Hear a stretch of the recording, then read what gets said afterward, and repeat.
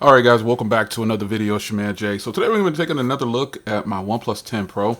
I actually do use this device, and I shuffle it between the S22 Ultra when I'm swapping some SIM cards around. And I think it's unfortunate that a lot of good phones like this tend to get left behind, and we almost forget about them.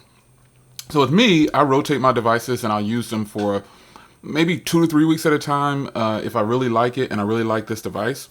So the OnePlus 10 Pro offers so much. I just think that it's probably comes to a branding thing, because let me just read off these specs here, and then you just kind of soak this up for a second. So by today's standards, the way the tech game moves, you need to have at least the latest processor, and the latest processor is the Snapdragon 8 Gen plus 1 Plus or something like that.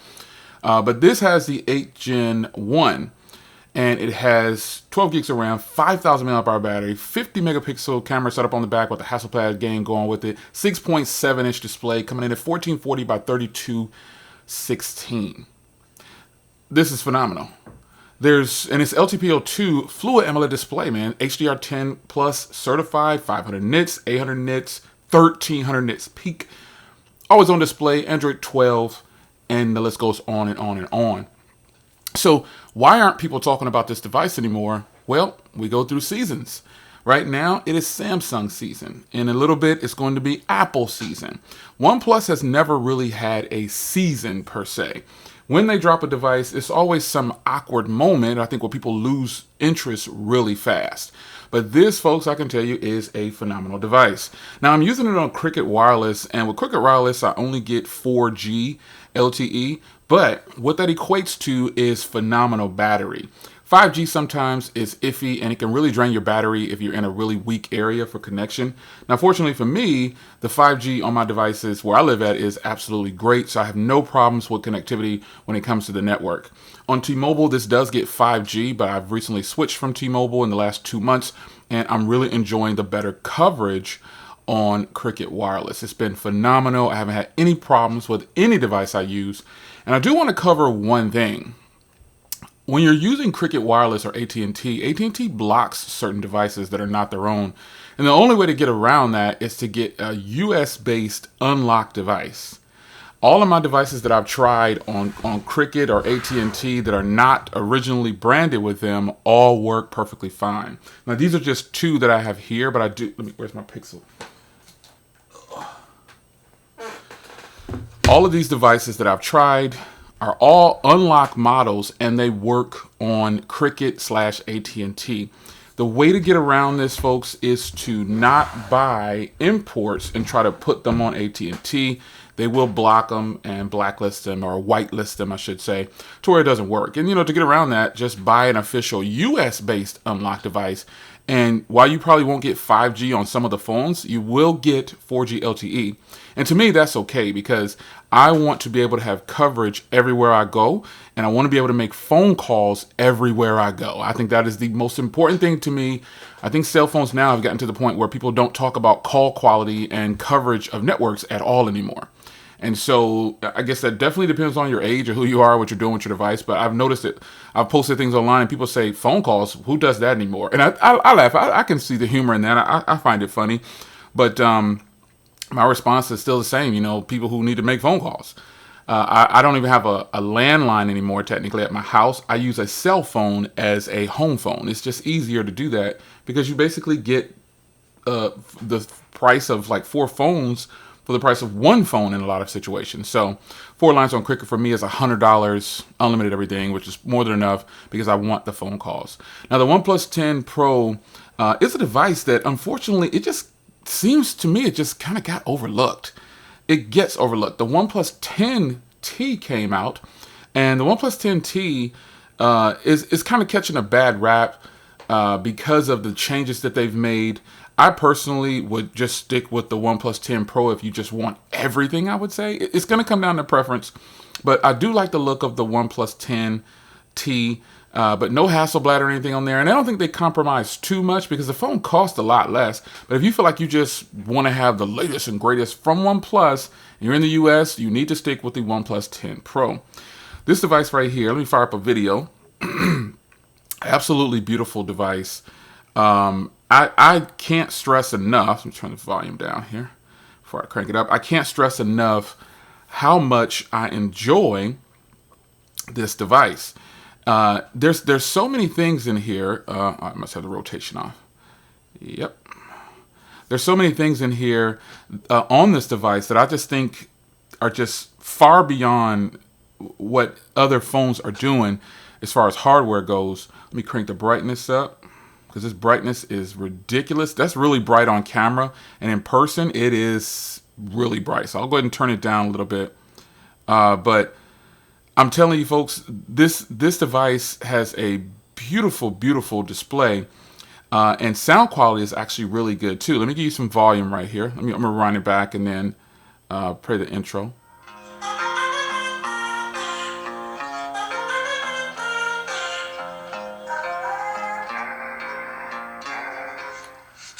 What's up, folks? It's your man Jay. I'm back with another video on the truck. Almost 3,000 miles, but that's not what this video is about. I got installed my a follower on the channel. I guess this person a follower, but someone commented on the channel and they said, hey, you can yeah, so you see the sound quality, the quality of the display, to me, all good, man. Performance in that area is something that's really important to me. And I find that, like I said, we go through these seasons of devices and they normally die down, if I'm being honest, for companies that are not Samsung or Apple. In the US, that is. I'm really on the fence. I'll throw it out there. I'm really on the fence at going back to doing imports. I was such an import king that's all I really reviewed. And when it came to the US market, I didn't review much at all from the US market because a lot of the deals were carrier deals. And back then, there weren't very many options for unlocked devices. But now that we're where we are, OEMs got smart and said, we're gonna sell direct. We're going to get this money, forget the carrier deals. So I'm really on the fence about going back to imports.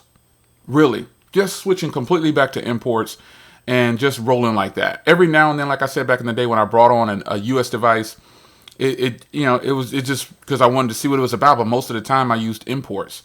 Imports meaning like Xiaomi, Huawei, those companies, Redmi, Note. I love those devices. And I just feel like we've gotten away from that. So when you get a device like this, I mean, let's take a look at this hardware. This hardware is subjective, whether you think it's hot or not. I was indifferent about this phone before I bought it because I didn't know how I would feel about the camera bump. But again, all these different camera bumps, everything's different now. So look at all the differences of what it's competing against. Fits right in, right? So when it comes to camera bumps, I didn't know how I would feel about this, but I was indifferent.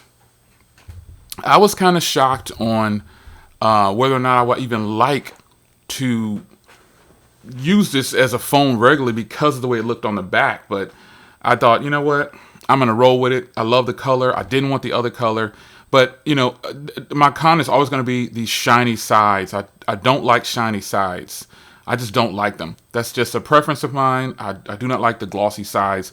But I've learned to deal with that because a lot of times when I go out, I just put a case on it. Yes, this is still my #1 case of choice. You can see how it's been holding up for the last, 5 months or something like that. Not really yellowing too much. It's still pretty clear. I got this for like $8 or $9 on Amazon. And it's pretty much just, dirty from just being in and out of pockets and getting dropped and things like that. But, a microfiber cloth, a good one. Invest in a good microfiber cloth, folks. You can get some real color. You see there's still pretty much a clear frosted cases, which is what I want. But this hardware is actually pretty nice. Where it's not too exciting is not having a headphone jack anymore. And some people still frown at that and say, well, you don't really need a headphone jack. I get it. You don't really need a headphone jack, but it would be nice because they can actually fit one in here. But when it comes to battery life and things like that, this phone really shines. It does extremely well on battery. 5,000 milliamp hour battery. Look at how thin this phone is. There's no reason why phones should not have a big battery in them. There's just no reason for it.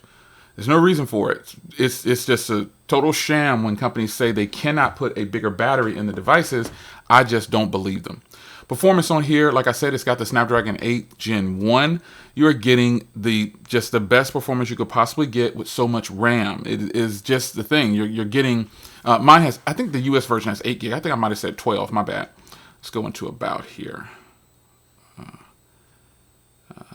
Yeah, 8 gigs of RAM, but then you have the 5 gigs that you can boost up. My bad. I think I said 12 at the beginning. The one version that has 12 is the limited edition white version. But still, you have the RAM expansion here, which is something that, you know, people are doing now. This is what you do. So the limitations on this device came when people saw that it was what, $899 or something like that. I think I paid, and then you only get 128 gigs of storage, and you know, you get 8 gigs of RAM. But it has the nicest processor that was being offered at the time. So when it comes down to something like this is a good device, folks. It really is. OnePlus is known for performance, and I don't think that's changed. I just think what's happened is people have so much better options when it comes to like trade-in deals and stuff like that. I mean, you think about such a powerhouse device right here. You can get this phone for $150. You know, and it costs $650, and it has the Tensor chip in it. This is why it's very difficult, I think, for OnePlus. And remember, this has 128 gigs of storage too. Got a nice fingerprint reader. I had to unlock it there. Got a nice fingerprint reader inside. Google has done their thing, you know, when it comes to this device. They've stepped their game up, and they got it right.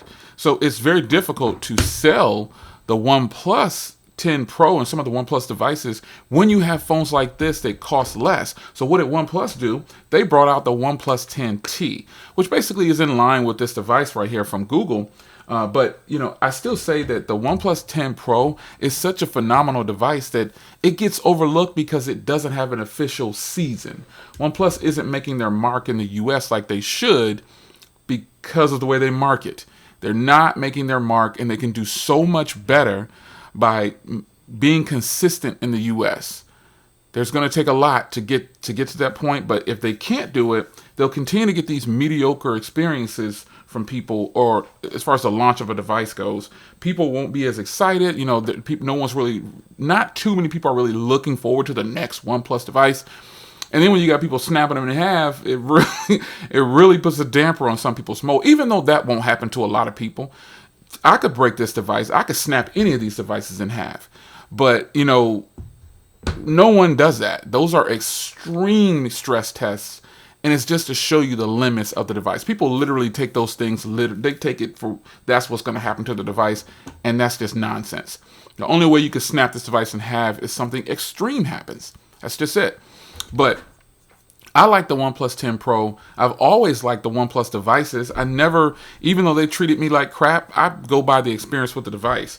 It's just what it is. I have not had the best experience when dealing with them directly for things like, meaning, you know, I don't know if you remember back in the day, I called them out on things, and they would get mad. Then they would send me messages saying, you know, hey, this is why this happened. And I'm like, well, send me a review unit, and you know, we'll handle that. You know, oh, well, we don't have any. Then next day they send out review units to everybody else. So I'm like, whatever, man. I like checks. I'm gonna buy it.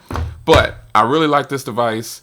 And I have no quarrels with it, man. The battery is good. The screen is good. The speaker volume is good. The call quality is good. The performance is good. What more do you want? The only thing that's bad, technically, is the price and the memory options. RAM, not so much. It could have 8 gigs of RAM, but it should have gotten 256 gigs of storage minimum, because this is a OnePlus device, and they were the flagship killers. It's your man Jay. Quick follow-up. I think we're about 4.5 months in or something with this phone. It's actually really good, man. It works good on Cricket, like I said. So that thing again about people start posting, well, does AT&T block this? The way to get around that, from what I've seen, is to just buy unlocked devices that are officially being sold in the US, and you should be okay. It's your man Jay. Take care.